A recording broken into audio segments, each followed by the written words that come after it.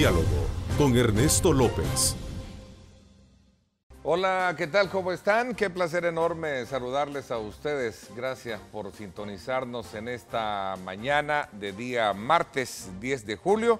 Como siempre, agradeciendo a Dios Todopoderoso por darnos esa oportunidad de poder ingresar hasta la intimidad de sus hogares y usted recibir con mucho agrado, pues desde luego, nuestra programación desde muy temprano.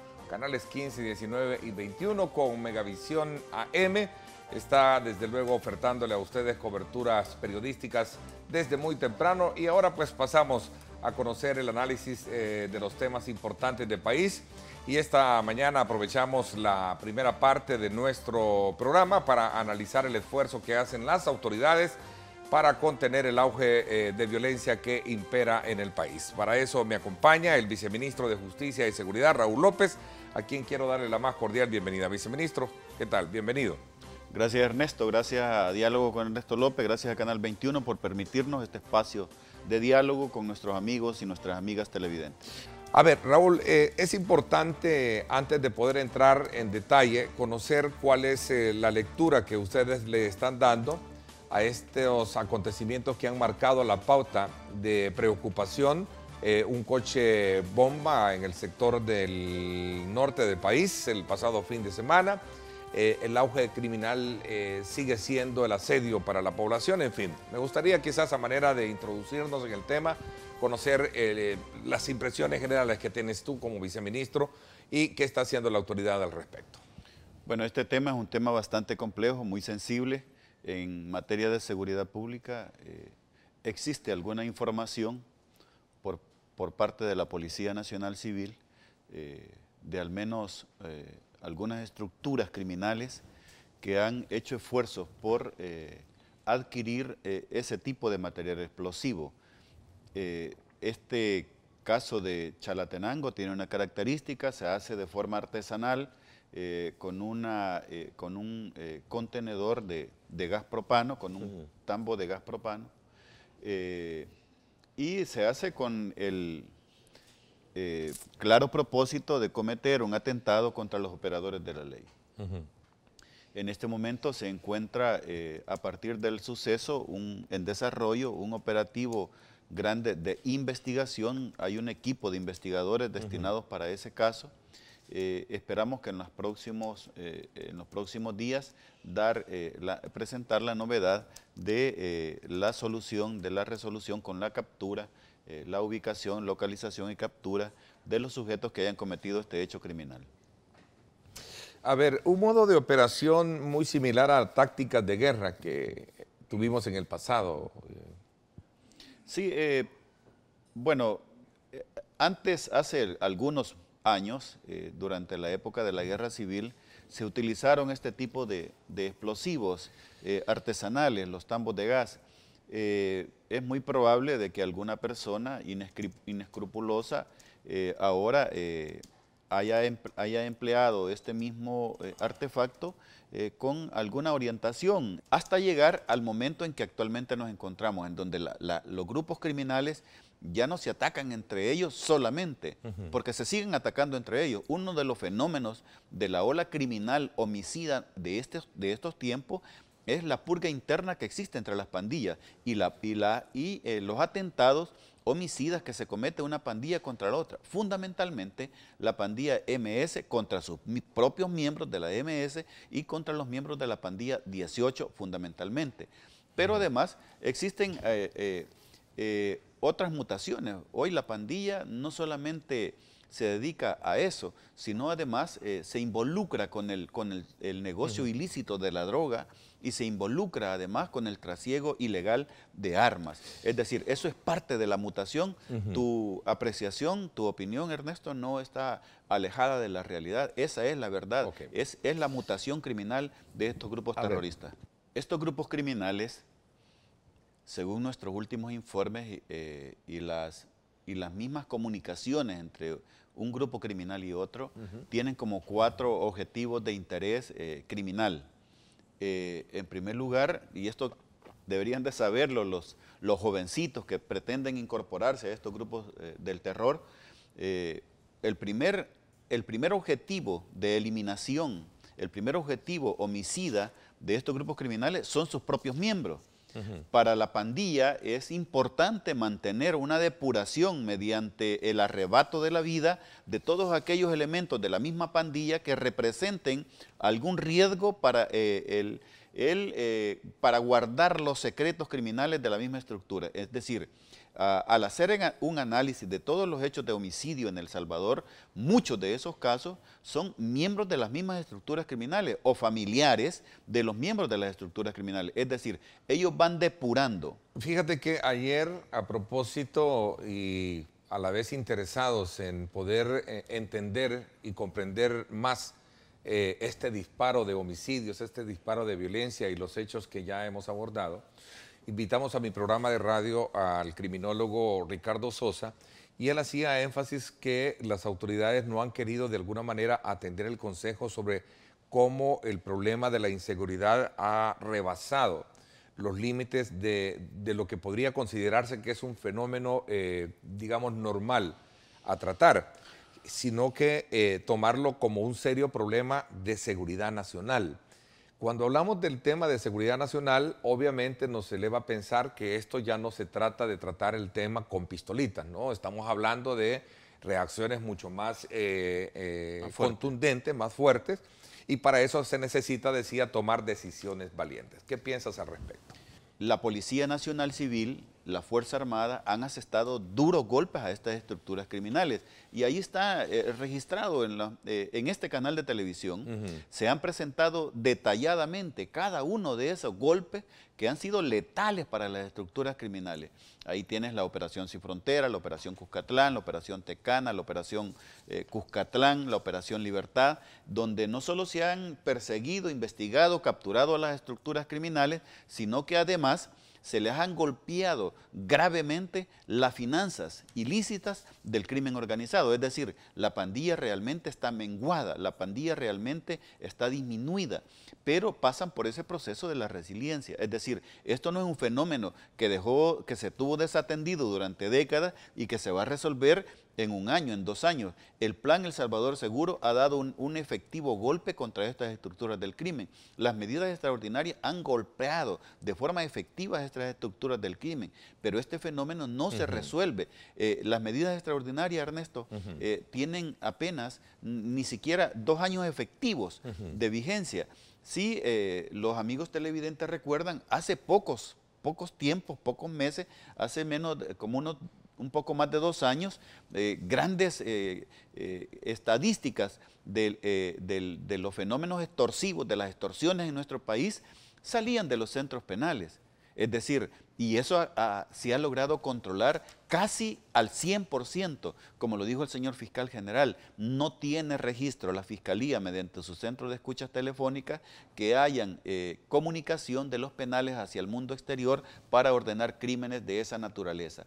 Además, es evidente la mejoría que se tiene en el territorio nacional. Lo que sucede es que yo creo que se visibiliza más la cosa negativa, pero solo te voy a decir un ejemplo. Nosotros tenemos alrededor, en lo que va del año, Ernesto, 7 meses en lo que va del año, tenemos alrededor de 70 municipios con 0 homicidios. Hablaba sobre el caso de Jocelyn Abarca, que desapareció recientemente y todo apunta de que su cuerpo ha sido encontrado en el río Zaguate. Este solamente es un eslabón de esa cadena lamentable de acciones delincuenciales y de homicidios que estamos teniendo hoy en día, Raúl. Efectivamente, este caso fue conocido recientemente pues una persona que le fue arrebatada la vida por parte de criminales y sobre este caso la Policía Nacional Civil, el señor subdirector de investigaciones, personalmente por órdenes del señor ministro, el señor director de la Policía Nacional Civil, se encuentra supervisando todas las tareas de investigación sobre este caso. Hay un buen avance sobre la situación de este feminicidio y esperamos que próximamente dar también con el paradero de estos sujetos. Es lamentable y condenable que más mujeres en nuestro país sigan siendo víctimas, sigan siendo blanco de estas estructuras del crimen organizado. Hemos iniciado nosotros una campaña muy intensa contra el feminicidio a nivel nacional, esto por orden del señor presidente de la República y a propuesta de la Secretaría de Inclusión Social e ISDEMU.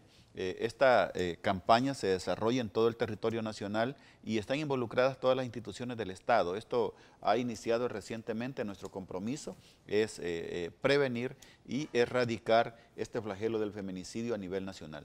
Y en este caso de Jocelyn, la Policía Nacional Civil se encuentra comprometida a resolver el caso con la localización y captura de los criminales que atentaron contra la vida de esta ciudadana.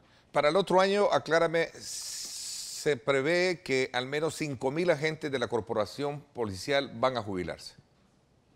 Bueno, como la jubilación es un derecho. Derecho, sí. No es una obligación. Según las estadísticas nuestras, la Policía Nacional Civil nació hace 25 años.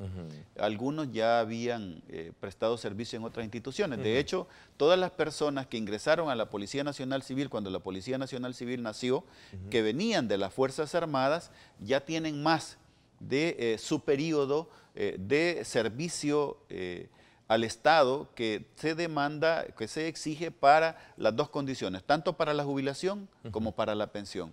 Y algunos de ellos han hecho pues caso omiso a eso y siguen trabajando. Y son muchos, no son uno, son muchos de los elementos de la corporación policial que prestaron su servicio militar y que luego se incorporaron a la Policía Nacional Civil, que tienen incluso más de 30 años de servicio, pero que siguen laborando. El otro año, efectivamente, en este año y el otro año siguen cumpliendo algunos su periodo de servicio al Estado para poder jubilarse. ¿Hay un plan para reemplazar a los efectivos? Hay un plan de trabajo que ya ha sido revisado por el señor director general de la Policía Nacional Civil y por el ministro de Justicia y Seguridad y este servidor, y estamos en la revisión con la Secretaría Jurídica de Casa Presidencial para determinar lo que sea más procedente, lo que sea más conveniente, no solo para los intereses de los servidores de la Policía Nacional Civil que tienen derecho, en caso que así lo decidan, a la jubilación y a su pensión, sino además revisar lo que es más conveniente para el país. Y no es fácil, Ernesto. Reemplazar un comisionado, un jefe policial que tiene 25, 30 años de experiencia como servidor público, 25 años en la Policía Nacional Civil, un cuarto de siglo de experiencia en seguridad pública como policía, no es fácil de reemplazar. Es decir, hay que hacer todas las preparaciones logísticas, académicas para la sustitución de todos estos mandos policiales. Así también hay una gran cantidad de agentes, todos los que entraron en el periodo de formación, de creación de la Policía Nacional Civil en el año 92, 93, que ingresan a la academia estas personas, que ya están algunos en su periodo de jubilación y de pensión. Nosotros estamos trabajando en eso para garantizar un traslado de los mandos y de estructuras como del nivel básico sin que signifique ningún menoscabo para la seguridad pública de nuestro país. A ver, cuéntame un poquito sobre el nivel de atención que están recibiendo víctimas. Yo creo que es importante que hablemos sobre este tema también aprovechando tu presencia acá con nosotros en el estudio. Bueno, este es un tema... Cuéntanos un poquito, ¿en qué consiste este tema de protección a víctimas? Porque obviamente el asedio o el impacto es tan fuerte que muchos se preguntan, bueno, ¿y dónde queda el tema de las víctimas? Es vergonzoso decirlo, pero es necesario hacerlo. Las víctimas en este país había sido el sujeto, el ciudadano, la ciudadana nacional que nunca en la historia de este país, pero absolutamente nunca en la historia de este país había recibido ningún tipo de atención por parte del Estado. Es decir, el Estado invertía en la Fiscalía, invertía en la Procuraduría para defender al delincuente, invertía en centros penales para atender al delincuente cuando era condenado, Para eso invertía el Estado en la creación de tribunales, colaboradores, secretarios, notificadores, en policías, en investigadores para perseguir al delincuente. Pero en la víctima nunca se invirtió ni un solo centavo. Hasta es en esta época, con la creación del Plan El Salvador Seguro, que se crea un eje especial, que es el eje de atención a víctimas. Esto se ha creado un sistema y un subsistema de atención a víctimas. Para preguntarte, alguien hace la consulta, que ¿qué piensa el viceministro de Seguridad con relación a la denuncia que hace la embajadora de los Estados Unidos sobre la posible presencia militar de China en nuestro país bajo el criterio de establecer acuerdos de cooperación con el país a través de tener presencia de inversiones en el oriente del país y particularmente en el puerto de la Unión? Bueno, ese es un tema que, en primer lugar, tiene que pasar por la Cancillería de la República. Nosotros no tenemos informe de que se haya pedido, porque para eso se pide el pase, se pide la autorización del Estado de El Salvador para el ingreso de tropas extranjeras de cualquier país. Cualquier país que vaya a cruzar por el suelo salvadoreño o por los aires salvadoreños, sobre el cielo salvadoreño, tiene que pedir la autorización del Estado de El Salvador. Y en el Ministerio de Justicia y Seguridad, la Cancillería siempre nos pide la opinión sobre qué opinamos, valga la redundancia, del acercamiento o la llegada de tropas extranjeras. Y eso no ha sucedido en el Ministerio de Justicia. Al menos este servidor no tiene conocimiento de la posible llegada de tropas de ese país al territorio salvadoreño. Por lo tanto, no podemos afirmar que eso sea una noticia cierta. Puedo decirte lo que sabemos por algunas instituciones, que se ha entrado en un proceso para el reavivamiento de la zona económica de Oriente, que incluye la adjudicación mediante un proceso licitatorio del puerto de la Unión, y que algunos interesados son inversionistas, comerciantes especializados en la administración de puertos y aeropuertos de la República China, pero son personas civiles, comerciantes especializados en la administración de puertos. Eso es lo que conocemos por las gestiones que hacen otras instituciones, pero presencia militar en territorio salvadoreño de ese país es completamente, hasta este momento nosotros no tenemos conocimiento de eso. A ver, ya para finalizar, extinción de dominio, ¿cómo está, digamos, hilvanándose el esfuerzo en algún momento también bajo la mirada y el cuestionamiento que se está haciendo por la forma en cómo se aplica la ley de extinción de dominio en estos casos? Bueno, no sé a cuál cuestionamiento. Por ejemplo, que sin antes haber sido vencido y oído en juicio, se le aplica la ley de extinción de dominio a una persona que seguramente no, bajo el indicio de que esta persona ha obtenido esto de forma ilícita. Bueno, ¿Cómo examinas tú este tema, aprovechando que a ti te ha tocado también estar en los eventos donde se están haciendo las, ¿cómo se le llama? Las especies de subastas. Bueno, las materializaciones, la materialización. las incautaciones. Así es. Bueno, y es que además de viceministro de Justicia, se me asignó la responsabilidad de ejercer la presidencia del Consejo Nacional de Administración de Bienes, del CONAB, que es el ente administrativo, parte del sistema de extinción de dominio. Quiero decir que la extinción de dominio es un sistema complejo, con pesos y contrapesos. Esto pasa por un proceso, en primer lugar, un proceso administrativo de investigación, que lo dirige naturalmente la Fiscalía General de la República y que cuentan con la unidad especializada de la Policía Nacional Civil en materia de extinción de dominio. Una vez recolectados todos los elementos de juicio que hacen deducir a la Fiscalía de que existe la probabilidad positiva del enriquecimiento, de la acumulación de fortunas de origen ilícito por parte de algunas personas, se procede a la materialización de esa fortuna. Para el caso, por ejemplo, todos los golpes que se han pegado a la estructura MS. Bueno, gracias nuevamente por estar con nosotros. Como lo dijimos al inicio del programa, conoceremos detalles del proceso de culminación y que ahora, desde luego, va sobre la base de poder establecer ya los últimos parámetros para ser sometido a consideración de la Asamblea Legislativa. el listado por el cual ya pasaron las entrevistas los candidatos a magistrados de la Corte Suprema de Justicia. Esta mañana acá en el estudio me acompaña Jorge Chafik Andal, subcoordinador del grupo parlamentario del FMLN. Gracias por acompañarnos. Bueno, gracias Ernesto.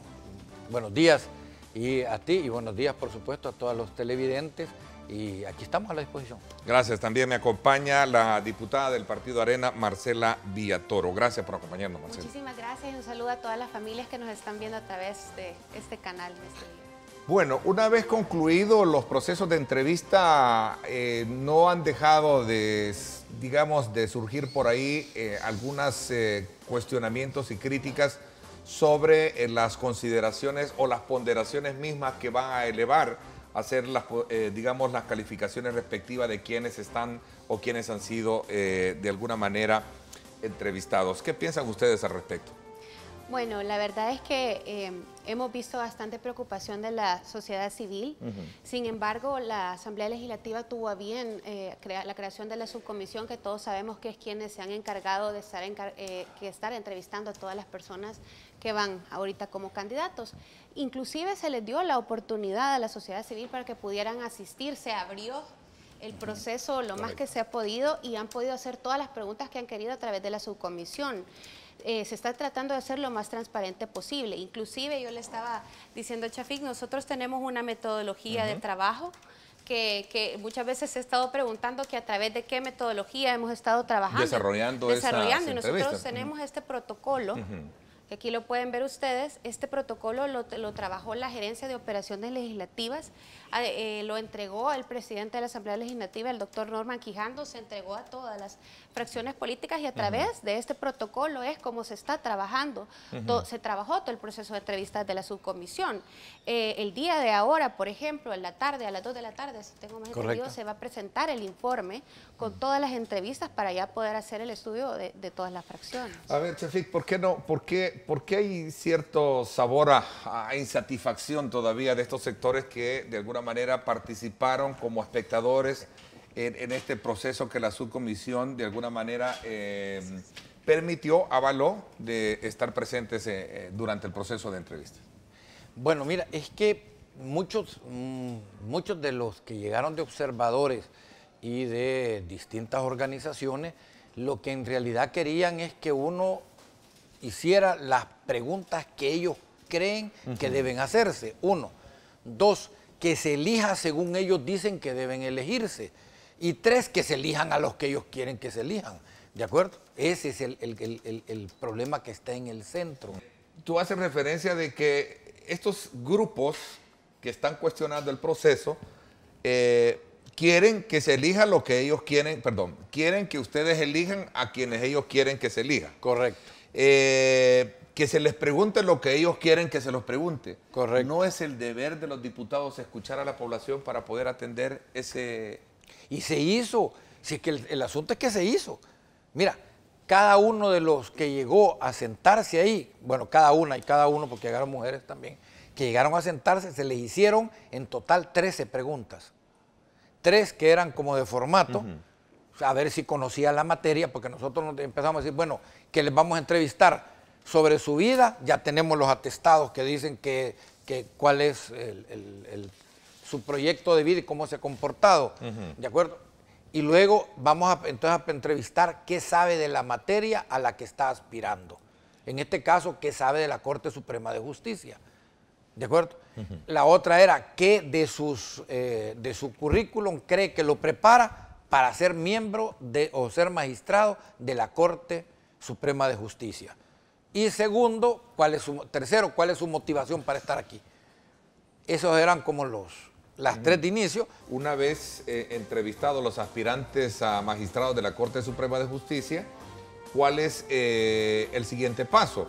¿Se va a cumplir el término del 15 de julio como fecha para tener electo a los magistrados? Bueno, ese es un punto que lo quiero todavía dejar. A ver, les voy a presentar a ustedes cómo esta tabla, de acuerdo a una publicación hecha por el periódico El Diario de Hoy, sostiene de que la experiencia que reflejan los candidatos que ustedes han entrevistado, Chafik y también Marcela, por ejemplo, en la experiencia en el derecho penal, 9, derecho público 5, no identificado 4, derecho familiar 4, derecho civil y mercantil 3, derechos humanos 2, derecho constitucional, aquí está el punto clave, 2.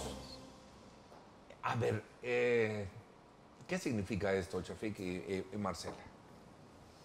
Vaya, mira, como yo te decía, nosotros centramos las entrevistas en el tema de qué tanto conoce de la materia a la que va.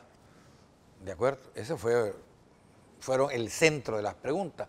Incluso te decía fuera de cámara, muchas de las preguntas fueron alrededor precisamente de las sentencias más polémicas. No para que dijeran estoy en contra, estoy a favor, no, para que razonaran. Si alguien decía no, ok, razóneme por qué no. Los informes de probidad, si deben de ser públicos o no. Por ejemplo, estaba el de la sentencia que anuló los 84 diputados suplentes, ¿de acuerdo? Estaba también el tema del CITRAMS, estaba también el tema de Ulises Rivas, y me van a decir, ¿y por qué esos dos temas? Porque ahí solo han emitido medidas cautelares y no han resuelto el fondo de lo solicitado, y ahí lo han dejado, ¿de acuerdo? Mediante una sentencia, mediante una medida cautelar, resolvieron lo que le habían pedido, pero en derecho no lo han resuelto, ¿de acuerdo? Entonces, todas esas cosas para saber. Y mira, de todos los que se presentaron, yo te puedo decir que habrán unos 4 o 5 que de verdad, de materia constitucional no, pero de materia civil sí. Es que mira, mucho de lo que van a ir a hacer a la sala, de lo constitucional, tiene que ver con la ponderación de cuándo y cómo emitir una sentencia, el impacto que ésta va a generar. Muchos aquí se centran, si sabe o no sabe, cómo es el derecho constitucional. Si mira, de los 4 que están ahorita, que van para afuera, ¿de acuerdo? Uno más o menos sabía de derecho constitucional, o el otro es mercantil, los otros 2 eran de derechos humanos. Y mira todo lo que salen ahora, salen como unos doctores en derecho constitucional. Lo que tienen que conocer es de la Constitución, su funcionamiento y por qué se le dice la ley fundamental del Estado. ¿De acuerdo? Tienen que conocerlo. Tienen que tener, un conocimiento adecuado a lo que van. Pero sobre todo tienen que tener ponderación. Eso es lo que se estaba buscando. Miren, aquí han habido muchas sentencias que han desestabilizado el Estado de Derecho de este país, porque se han dado en los momentos menos propicios. 1. 2, han invadido esferas de otros poderes del Estado o de otros organismos del Estado, que no está en las atribuciones de ellos.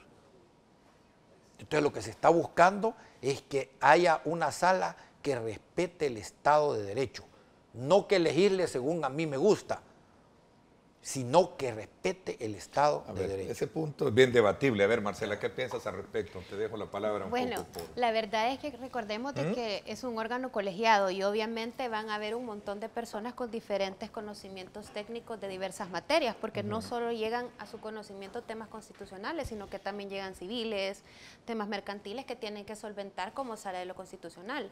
Sin embargo, hay 2 personas que yo he visto que son magníficas y son las que estamos viendo ahí que tienen conocimiento constitucional, que son gente que sí se ha desempeñado en la sala, que ha trabajado el tema constitucional y que ha estudiado derecho constitucional, y que es bien importante que todas las fracciones políticas los tengamos en mente y que no los vayamos a vetar por vetarlas, sino que al contrario, sepamos que son necesarias para el buen desarrollo de ¿Qué es lo que se busca de acuerdo a la lógica? Tú eres abogado, ¿verdad? Sí. ¿Qué es lo que se busca bajo esa lógica y bajo el planteamiento que hacía Chafik, que es el punto con el cual se ha venido debatiendo el ejercicio que ha hecho la actual sala que va culminando su periodo?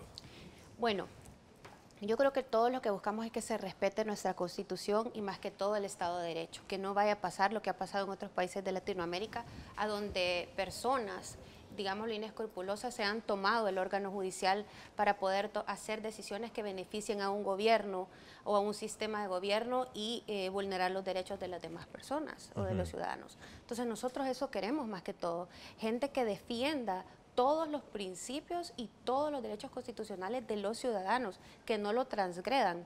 Yo entiendo que ha pasado una situación que a no muchos les ha gustado con esta sala de lo constitucional, y es que han tenido decisiones sumamente polémicas. Algunos algunas veces creen que se han extralimitado de sus decisiones, otros creen que no.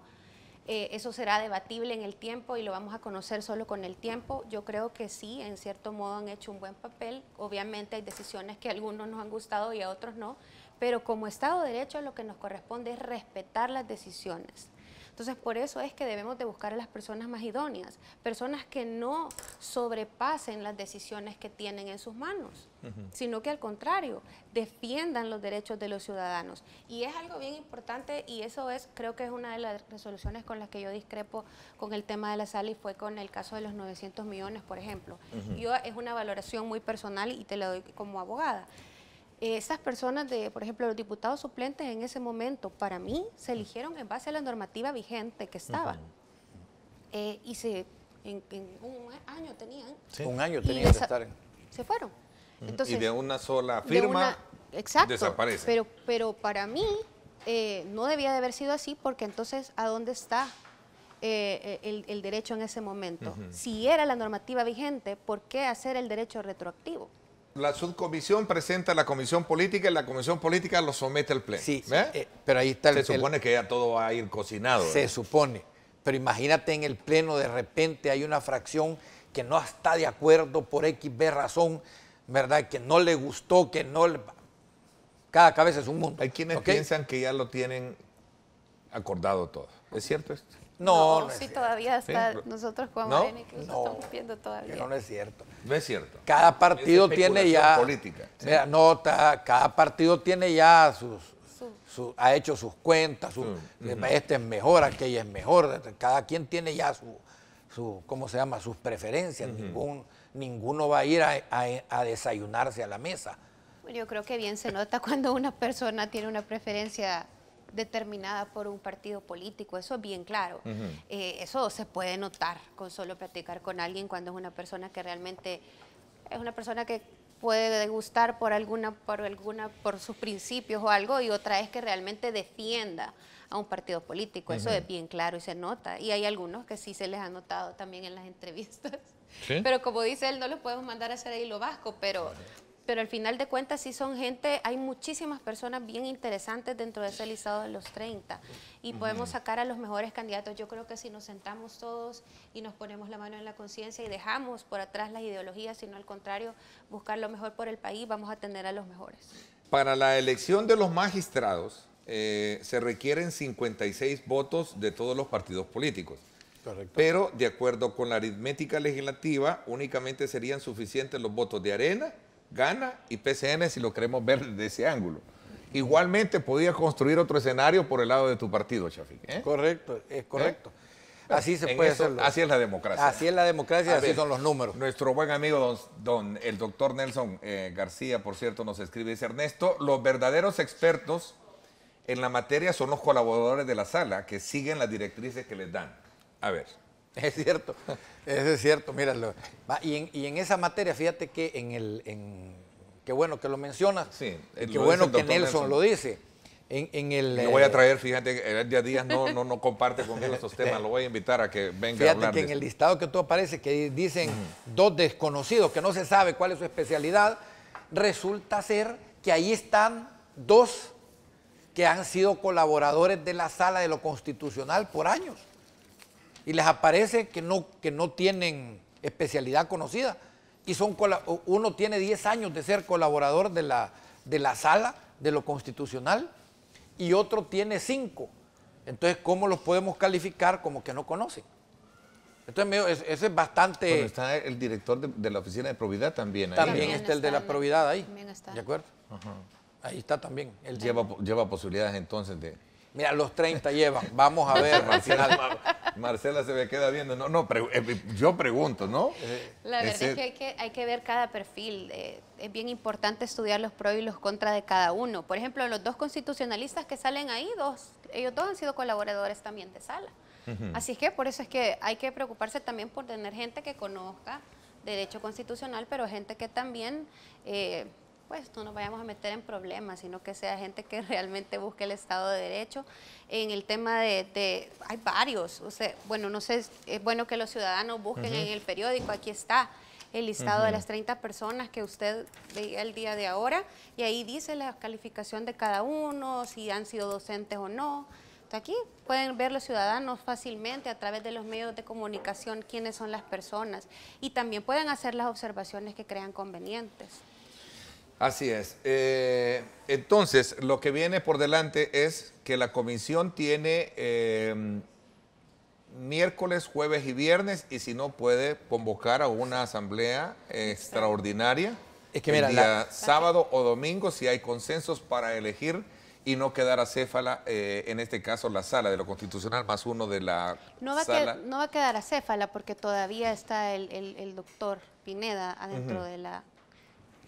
bueno, pero ese es como presidente de la Corte, ¿no? Me refiero a las salas, faltarían los 4, ¿no? No, mira, lo que pasa es que la sala se compone de 5, Sí. ¿verdad? Formalmente queda el magistrado Pineda, Y un suplente. ¿de acuerdo? Y un suplente, cabal. Ok, va, él cesa en sus funciones de presidente justo el 15, como presidente, no como magistrado, ¿de acuerdo? Pero la sala en sí no queda descabezada, ni la Corte Suprema de Justicia, porque se puede nombrar po tempore a él o a otro magistrado para que resuelva la parte administrativa. O sea, no es cierto que, y no es cierto que yo voy a llegar corriendo a decirle a la sala, mira, resuélvanme esto, porque si no, mis derechos fundamentales se pierden mañana. ¿De acuerdo? Esas son cosas que quieren jugar con el poco conocimiento que se tiene de la materia en el pueblo en general, para meterle miedos. Yo, reunidos afuera, les decía, es como andar mostrando el petate del muerto, pero resulta que ni muerto hay. ¿De acuerdo? Entonces, para asustar y obligarte a que hagas algo.